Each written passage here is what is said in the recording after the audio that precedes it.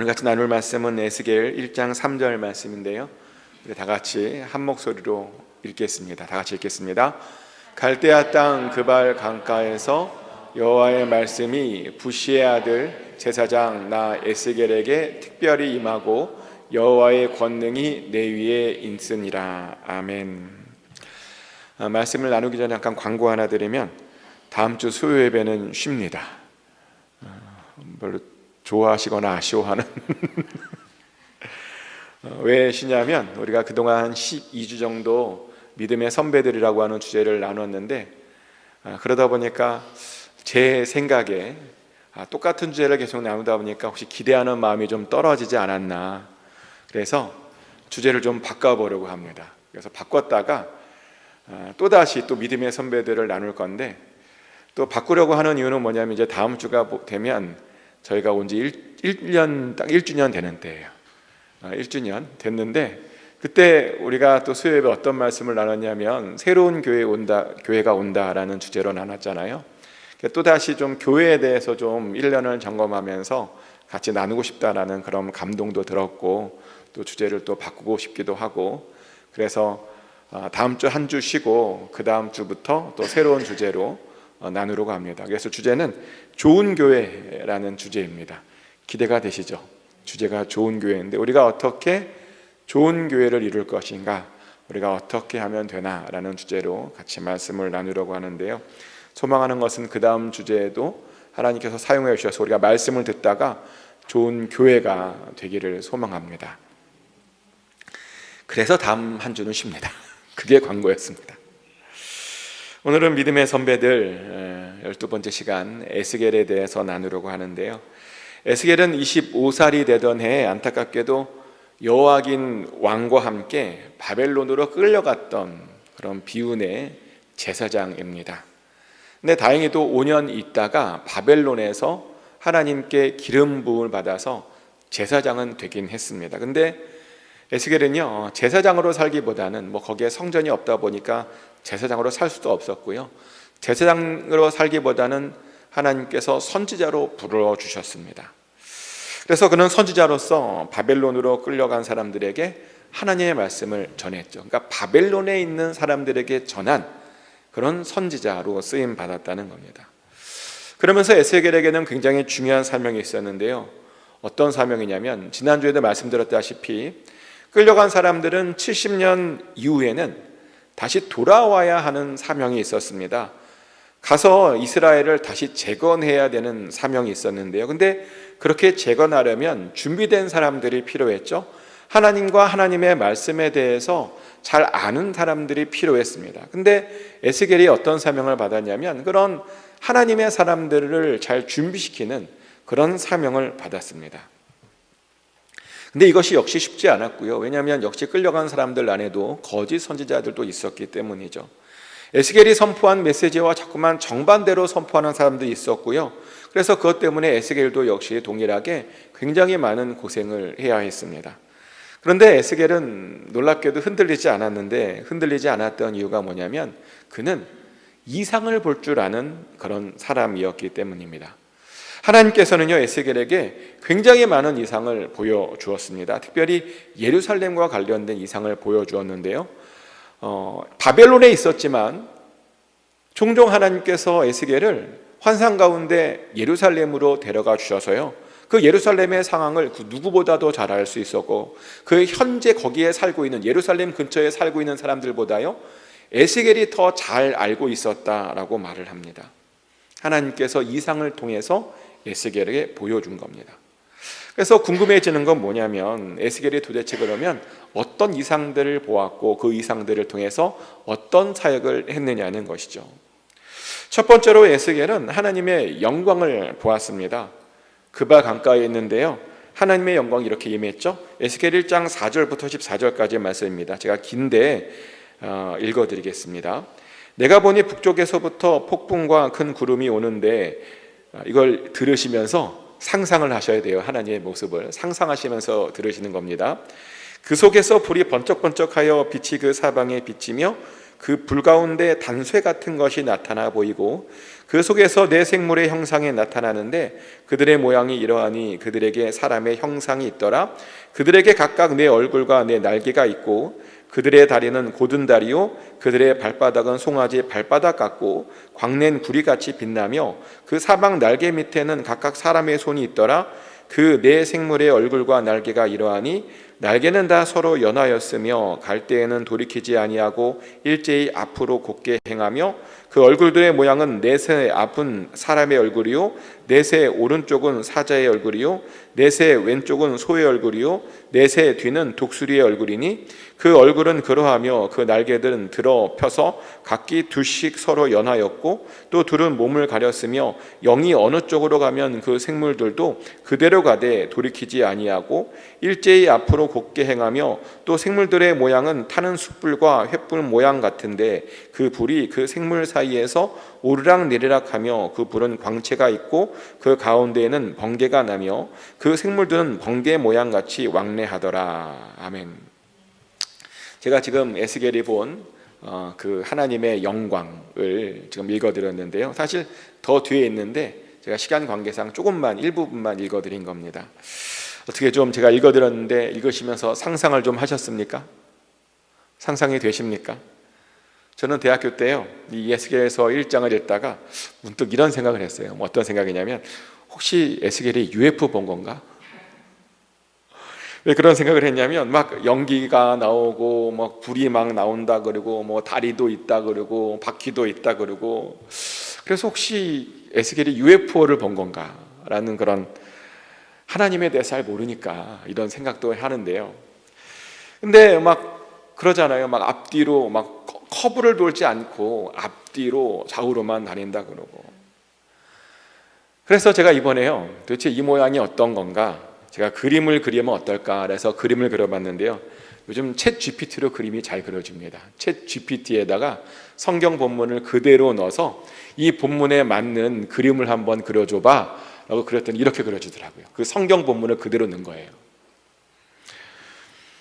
어떻게 보이십니까?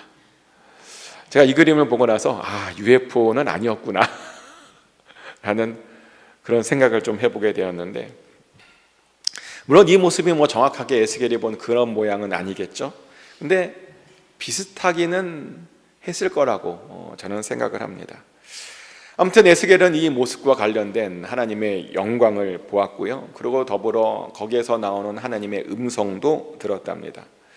근데 이것은요 사실 에스겔에게나 또 그 끌려간 이스라엘 사람들에게는 굉장히 중요한 그런 사건이었는데요. 왜냐하면 이 사건은 하나님께서 바벨론에도 계심을 알려주었던 그런 사건이었기 때문입니다. 사실 이스라엘은 이때까지만 해도 하나님에 대해서 잘 정확하게 알지 못했습니다. 그들이 믿는 하나님은요 그냥 이스라엘 지역에서만 있는 팔레스타인 지역만 다스리는 그런 지역신 정도로만 생각했습니다. 근데 바벨론에 끌려간 거죠 지금. 그러다 보니까 그들이 어떤 생각을 했냐면 지역신이다 보니까 바벨론에는 없는 것으로 오해를 했습니다. 그래서 하나님의 도움을 받지 못할 것이라고 그들이 생각했습니다. 근데 놀랍게도 하나님께서요 바벨론에 지금 나타나 주신 겁니다.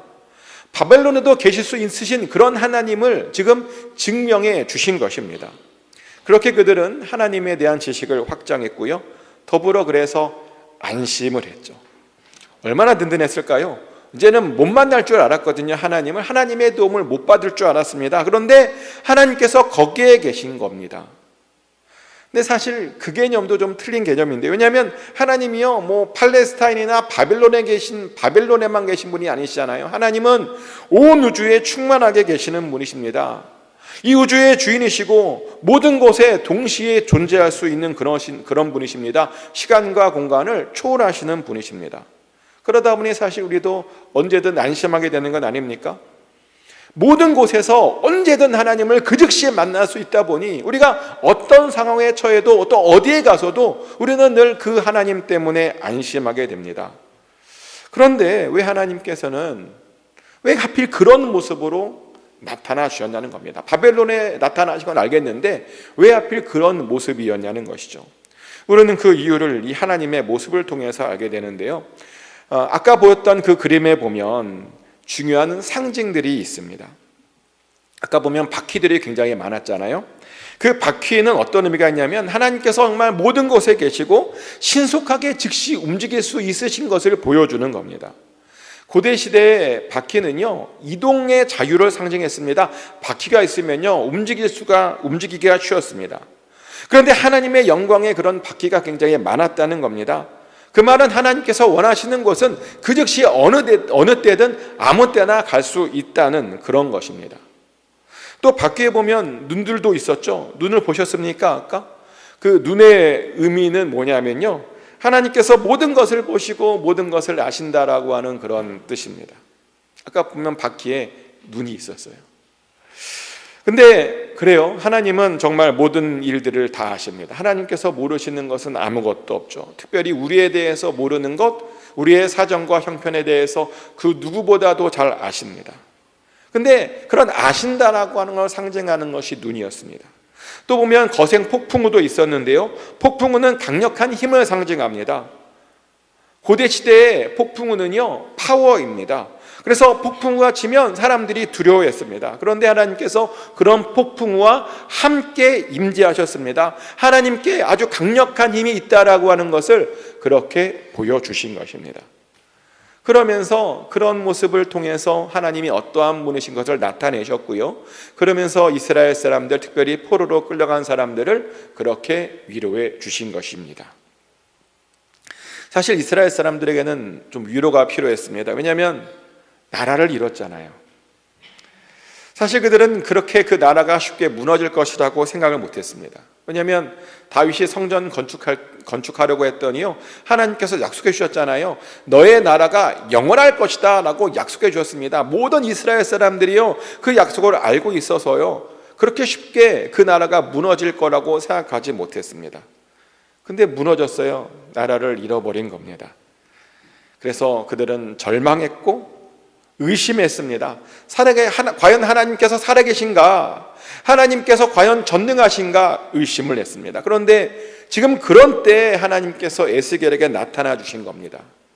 하나님께서 거기에도 계시고 하나님께서 능력이 있음을 그렇게 보여준 겁니다. 그리고 하나님께서 감사하게도 무지개와 함께 나타내 주셨습니다. 무지개가 있었죠. 에스겔 1장 28절 말씀인데요, 그 사방 광채의 모양은 비 오는 날 구름에 있는 무지개 같으니 이는 여호와의 영광의 형상의 모양이라 내가 보고 엎드려 말씀하시는 이의 음성을 들으니라. 아멘. 하나님께서 나타나시는데 무지개와 함께 나타나셨답니다. 근데 무지개가 어떤 의미입니까? 무지개는 하나님과 인간 사이의 언약을 상징하죠. 노아의 시대에 하나님께서 물로 세상을 심판하시고 그런 다음에 노아에게 무지개를 보여주시면서 두 번 다시 그들을 그렇게 심판하지 않겠다라고 약속해 주시면서 보여주신 것이 바로 무지개였습니다. 그래서 무지개는요, 약속과 구원과 은혜를 상징합니다. 근데 하나님께서 바벨론으로 끌려간 그들에게 무지개로 나타나 주신 겁니다. 그 말은 뭐냐면요, 이 약속이 아직도 계속 진행 중이라는 뜻입니다. 하나님의 계획이 심판이 아니라 은혜이고 평강이고 또 구원인 것을 그렇게 보여주셨다는 겁니다. 그렇죠. 그들 눈에는 망한 것 같지만 사실은 망하지 않았습니다. 그들은 망했다고 느꼈지만 그 나라는 망하지 않았습니다. 그 나라는 사실은 계속 진행 중이었습니다. 왜냐하면 예수 그리스도 통해서 정말 그 다윗의 나라가 영원할 것이기 때문입니다. 그래서 그것을 위해서 하나님께서 무지개를 보여준 겁니다. 에스겔은 그렇게 첫 번째 이상을 보는 것입니다. 또 두 번째로 에스겔은요, 성전에서 떠나시는 하나님을 보았습니다. 에스겔 10장 18절 19절 말씀이죠. 여호와의 영광이 성전 뭉지방을 떠나서 그룹들 위에 머무르니 그룹들이 날개를 들고 내 눈앞에 땅에서 올라가는데 그들이 나갈 때 바퀴도 그 곁에서 함께 하더라. 그들이 여호와의 전으로 들어가는 동문에 머물고 이스라엘 하나님의 영광이 그 위에 덮였더라. 이게 어떤 장면이냐면요, 여호와의 영광이 성전을 떠나가는 장면입니다. 성전 문지방에 있더니 곧 동쪽 문을 통해서 여호와의 영광이 떠나가 버린 거예요. 성전에서 떠나가 버렸다는 겁니다. 에스겔은요, 그런 정말 안타까운 장면을 이상으로 봤습니다.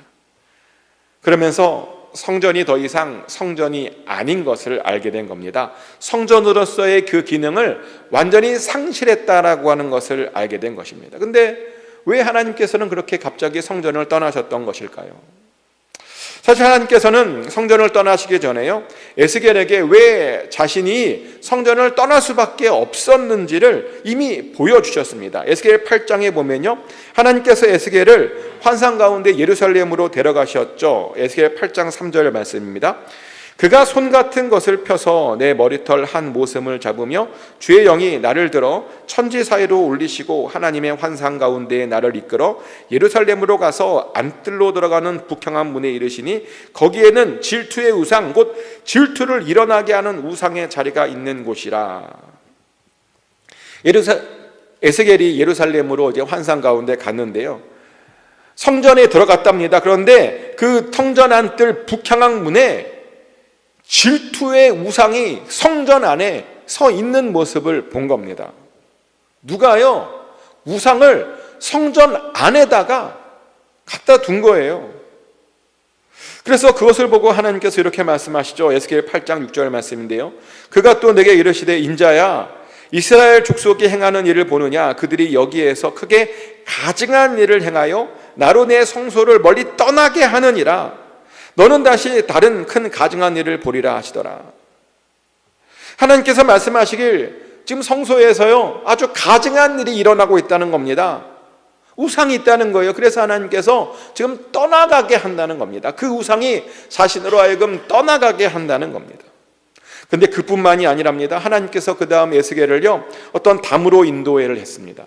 그리고 그 담 너머에 있는 문으로 인도했는데, 그 문을 열고 들어가 봤더니요, 거기에는 각양고충과 가증한 짐승들과 이스라엘 족속의 모든 우상들이 사방에 다 그려져 있고요, 그 우상들 앞에서 이스라엘의 장로라는 사람들 70명이 모여서 그 우상들을 향해서 예배하는 그런 모습을 하나님께서 보여주었습니다. 근데요, 그들이 예배드리면서 이런 고백을 해요. 여호와께서 우리를 보지 않는다고, 여호와께서 이 땅을 버려서 우리는 우상을 섬기고 있는 거라고, 그런 고백을 하고 있는 모습을 지금 하나님께서 에스겔에게 환상 가운데 보여주는 겁니다. 그러더니 하나님께서 이번에 에스겔을 또 북문으로 이끌어 가셨고요, 거기에 가보니까 어떤 여인들이 있는데, 그 여인들이 뭘 하고 있냐 봤더니 우상 담무스를 향해서 울고 있는 모습을 보여줬답니다. 하나님을 향해서 울고 있는 것이 아니라 우상을 향해서 여인들이 모여서 울고 있더랍니다. 그리고 또 하나님께서 이번에 성전 안뜰로 인도했답니다. 그랬더니 거기에서 25명 정도가 예배를 하고 있는 모습을 보았답니다. 그런데요, 그들이 예배하고 있는 줄 알아서 그래도 대단한가 싶었는데 가만히 보니까 그들이 예배하는 방향이 이상하더래요. 그들이 어디를 향해서 예배를 하고 있냐면 성전을 등에 지고 동쪽을 향해서 예배를 하고 있답니다. 하나님께 예배하는 것이 아니라 태양신을 향해서 예배를 하고 있는 모습을 보고 있다는 겁니다. 성전 안에서요, 태양신을 섬기고 있다는 것이죠. 성전이 그런 지경이었습니다. 그래서였습니다. 하나님께서 그 성전을 떠날 수밖에 없었던 이유가 뭐냐면, 사람들이 하도 그 성전 안에서 우상 숭배를 하다 보니 도저히 같이 있을 수가 없었던 겁니다. 그래서 촛대를 옮기신 겁니다. 그래서요, 그 성전이 무너질 수밖에 없었던 것이죠. 성전이 무너질 수 있습니다. 하나님께서 임재하셨던 것이 타락하면요, 하나님께서 떠나실 수 있습니다. 실제로 우리가 성전이 무너진 그 역사의 그런 기록을 성경 안에서 보게 되죠. 역대하 36장 17절부터 20절까지를 보면 성전이 이렇게 무너졌습니다. 하나님이 갈대아 왕의 손에 그들을 다 넘기심에 그가 와서 그들의 성전에서 칼로 청년들을 죽이며 청년 남녀와 노인과 병약한 사람을 긍휼히 여기지 아니하였으며, 또 하나님의 전에 대소 그릇들과 여호와의 전의 보물과 왕과 방백들의 보물을 다 바벨론으로 가져가고, 또 하나님의 전을 불사르며 예루살렘 성벽을 헐며 그들의 모든 궁실을 불사르며 그들의 모든 귀한 그릇들을 부수고, 칼에서 살아남은 자를 그가 바벨론으로 사로잡아가매 무리가 거기서 갈대아 왕과 그의 자손의 노예가 되어 바사국이 통치할 때까지 이르니라. 하나님께서 성전을 이렇게 무너뜨렸습니다. 그렇게 화려했던 성전, 하나님께서 임재하셨던 성전, 그렇게 온갖 보물들이 가득했던 그 성전, 하나님께서 영광 받으셨던 그 성전이요, 하나님의 손에 의해서 무너졌습니다. 거기 있던 사람들도 다 죽고요, 다 빼앗겼습니다. 하나님께서 그렇게 성전을 심판하셨습니다. 그런데 그렇게 심판하기 전에 에스겔은요, 왜 하나님께서 성전을 심판할 수밖에 없었는지를 미리 사람들에게 알려주었다는 겁니다. 그들이 지금 어떤 잘못을 하고 있는지 알려주었습니다. 그러면서 에스겔이 또 뭘 했냐면요, 그런데 무너진 것으로 끝나면 안 된다고 강조했습니다. 그들이 다시 가서 성전을 재건해야 된다라고 하는 것을 가르쳤습니다. 사실 에스겔은요, 성전을 무너진 것만, 하나님께서 성전을 떠난 것만 보지 않았고요, 나중에 하나님께서 다시 성전으로 돌아오는 그런 환상도 보았습니다. 에스겔 43장 4절부터 5절까지의 말씀이죠. 여호와의 영광이 동문을 통하여 성전으로 들어가고 영이 나를 들어 데리고 안뜰에 들어가시고 보니, 내가 보니 여호와의 영광이 성전에 가득하더라. 아멘. 하나님의 영광이 동문을 통해서 다시 성전으로 되돌아왔답니다. 그래서 하나님의 영광이요, 다시 성전에 가득했다랍니다. 에스겔은 성전이 다시 회복될 것을 이렇게 미리 봤습니다. 그리고 그것을 가르쳤죠. 열심히 실망하고 있는 사람들을 가르쳤습니다. 성전이 무너져서 어떻게 하면 좋은가 소망을 잃은 사람들에게 그들이 너희들이 가서 성전을 다시 재건해야 될 것이다 라고 그것을 가르쳤습니다. 그랬더니요, 그 덕분에 이스라엘이 바벨론 포로로 와서요, 제일 먼저 한 게 뭐예요? 성벽과 성전을 재건하는 일이었습니다. 그리고 정말 재건을 했죠. 에스라 6장 15절부터 16절까지 말씀입니다. 다리오 왕 제6년 아달월 3일에 성전 일을 끝내니라. 이스라엘 자손과 제사장들과 레위 사람들과 기타 사로잡혔던 자의 자손이 즐거이 하나님의 성전 봉헌식을 행하니. 아멘. 다리오 왕 6년에요, 그 무너졌던 성전을 그들이 다시 재건했다는 겁니다. 그래서 하나님께 그 성전 복원식을 올려드렸다라고 에스라는 이렇게 기록합니다. 그런데요, 그렇게 재건해 놨더니 학개의 선지자가 뭘 봤냐면요, 그곳에 하나님의 영광이, 더 큰 영광이 임하는 것도 보죠. 학개 2장 9절 말씀입니다. 이 성전의 나중 영광이 이전 영광보다 크리라. 만군의 여호와의 말이니라. 내가 이곳에 평강을 주리라. 만군의 여호와의 말이니라. 아멘. 학개 선지자가 보니까요, 새롭게 지은 성전이 예전 성전보다 더 큰 영광이 임할 것을 그가 봤습니다. 그러면서 하나님의 평강이 다시 그 성전 안에서 회복되는 것을 학개 선지자가 본 겁니다. 이렇게 이스라엘은 다시 성전을 되돌려 받았습니다. 에스겔의 환상대로 그렇게 된 것입니다. 그런데요, 사실 하나님의 이 성전을 향한 더 깊은 또 다른 뜻이 있죠. 성전을 향한 또 다른 뜻이 있습니다. 어떤 뜻이냐면요, 하나님께서는 바로 우리를 성전으로 불러주셨습니다. 하나님께서 우리를 성전 삼고 싶으셨다는 겁니다. 그래서 요엘 선지자를 통해서 예언하시기를, 그 떠났던 하나님의 영이 이제는 각 사람에게 임할 것이랍니다. 그런 예언을 요엘 선지자가 하죠. 그러더니 정말 예수님께서 승천하시고 얼마 있다가 모든 사람들 머리 위에 하나님의 성령이 임했습니다. 요엘 선지자의 그 예언이 이루어진 겁니다. 그래서요, 우리 모두가 사실은 성전이 된 겁니다. 하나님의 영이 임하다 보니 우리 모두가요, 하나님의 성전이 되었습니다. 그래서 우리가 모이면 하나님이 역사하시는 성전이 되는 것입니다. 얼마나 놀라운 이야기입니까? 우리가 성전이다라고 하는 것은요, 어떤 뜻이냐면 우리가 어디에 있든 하나님께서 우리와 함께 하신다는 겁니다. 우리가 어디에 있든 하나님께서 우리의 예배를 받아주신다는 겁니다. 우리가 있는 곳이 거룩한 곳이 된다는 것이고, 우리가 있는 그곳이 하나님의 임재가 있는 곳이 된다는 것입니다. 그러니 얼마나 정말 놀라운 일입니까?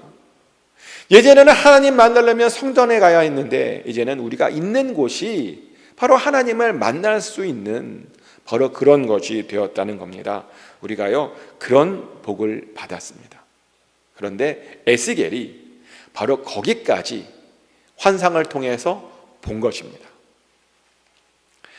또한 세 번째로 에스겔은 이 성전을 통한 세상의 회복에 대한 이상도 보았습니다. 에스겔 47장 1절 2절 말씀이죠. 그가 나를 데리고 성전문에 이르시니 성전의 앞면이 동쪽을 향하였는데 그 문지방 밑에서 물이 나와 동쪽으로 흐르다가 성전 오른쪽 제단 남쪽으로 흘러내리더라. 그가 또 나를 데리고 북문으로 나가서 바깥길로 꺾여 동쪽을 향한 바깥문에 이르시기로 본즉 물이 그 오른쪽에서 스며 나오더라. 아멘. 방금 읽어드린 말씀은 에스겔이요 하나님의 영광 가운데 있는 그 성전에 들어가서 본 장면이죠.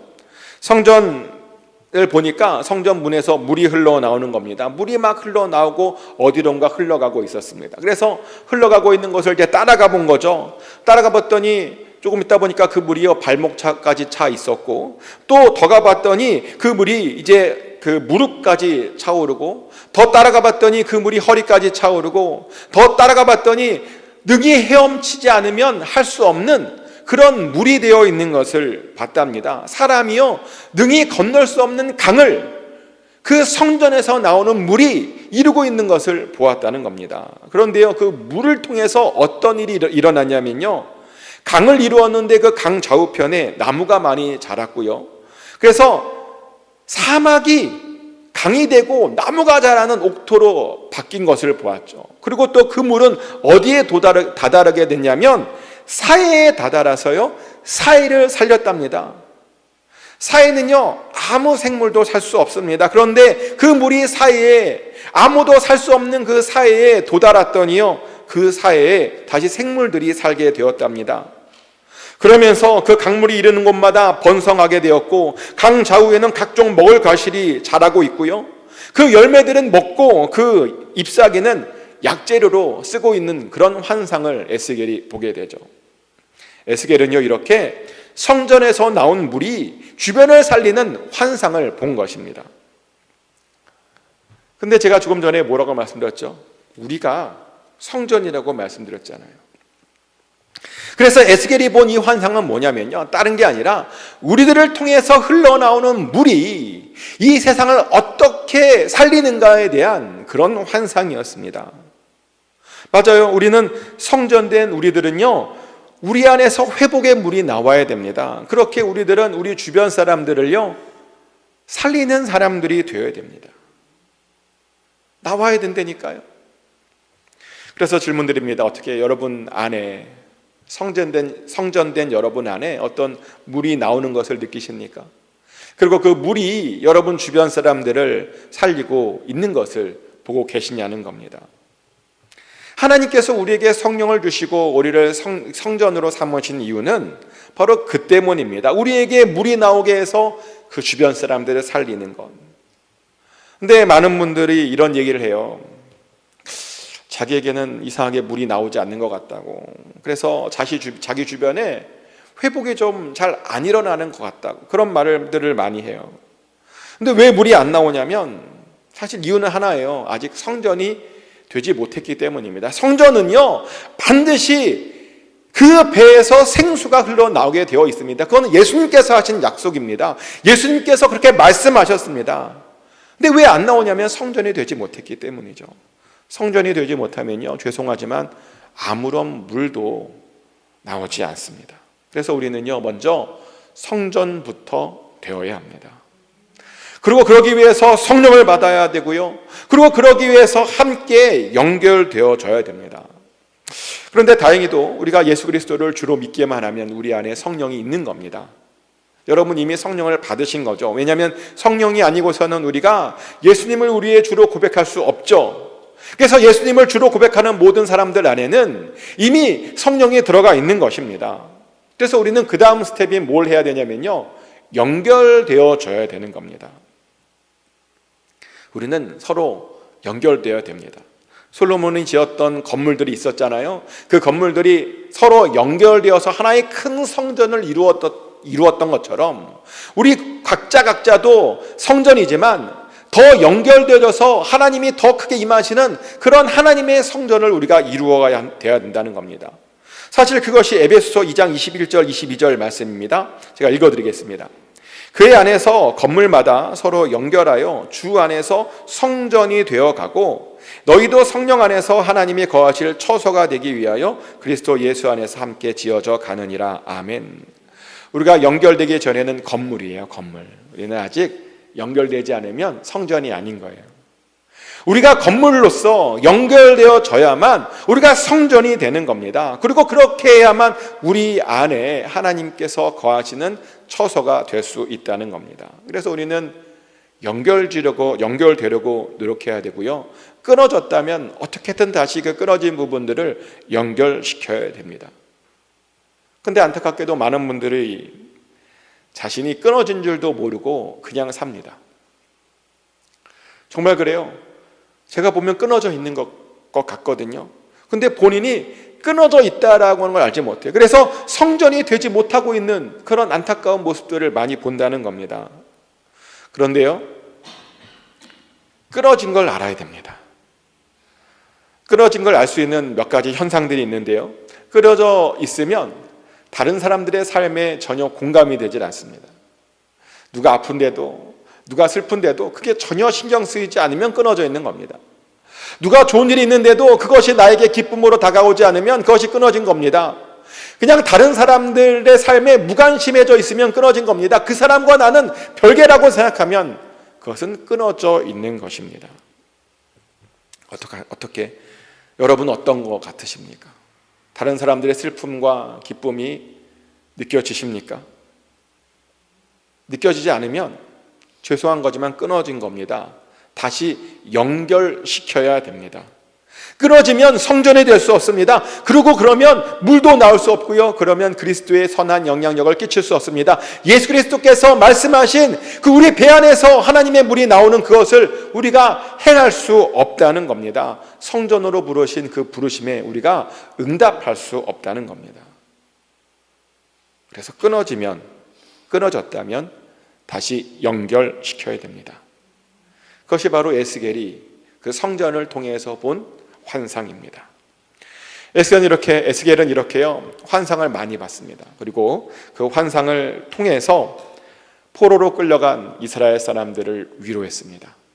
그랬더니 그들이 가서 다시 하나님의 일들을 잘 할 수 있었습니다. 에스겔은 그렇게 그 시대에 맡겨진 자신의 사명을 잘 완수했습니다. 우리도 그래야 됩니다. 우리도 하나님께서 우리에게 주신 각자의 사명이 있습니다. 이 시대에 우리에게 원하시는 그 어떤 것이 있다는 겁니다. 그리고 하나님께서는 그 사명을 우리 또한 잘 감당해 주기를 원하고 계십니다. 축복하는 것은 우리가요, 성전으로서 우리 배에서 생수가 흘러나와서 그래서 그 사명들을 정말 잘 감당할 수 있기를 소망합니다. 그래서 정말 하나님을 기쁘시게 하는 저와 여러분 되시기를 예수 그리스도 이름으로 축복합니다. 기도합니다. 하나님, 에스겔이 포로로 끌려간 그 암울한 시대에 하나님의 환상을 통해서 이스라엘 사람들에게 하나님의 말씀을 전하고 그들을 위로했고 잘 준비시켰습니다. 아버지, 우리도 그러기를 원합니다. 이 암울한 시대에, 이 시대에도 하나님의 은혜가 필요하고 하나님의 평강이 필요합니다. 아버지, 특별히 이 시대에 참 성전이 필요합니다. 우리가 성령 받고 잘 연결되어서 하나님께서 역사하시고 임재하시는 그런 성전이 될 수 있기 원합니다. 그래서 우리를 통해서 하나님의 생수가 흘러나와 아버지, 우리 주변을 살리고 우리 지역을 살리고 우리 가정을 살리고 이 땅 미국을 살리고 전 세계를 살리는데 우리가 쓰임받게 하여 주시옵소서. 그리고 이 시대에 하나님께서 불러주신 그 사명을 우리가 잘 감당함으로 하나님께 칭찬받는, 하나님을 기쁘시게 하는 그런 공동체가 되게 하여 주시옵소서. 우리를 그렇게 인도하여 주실 줄 믿습니다. 감사드리며 예수 그리스도 이름으로 기도드렸습니다. 아멘.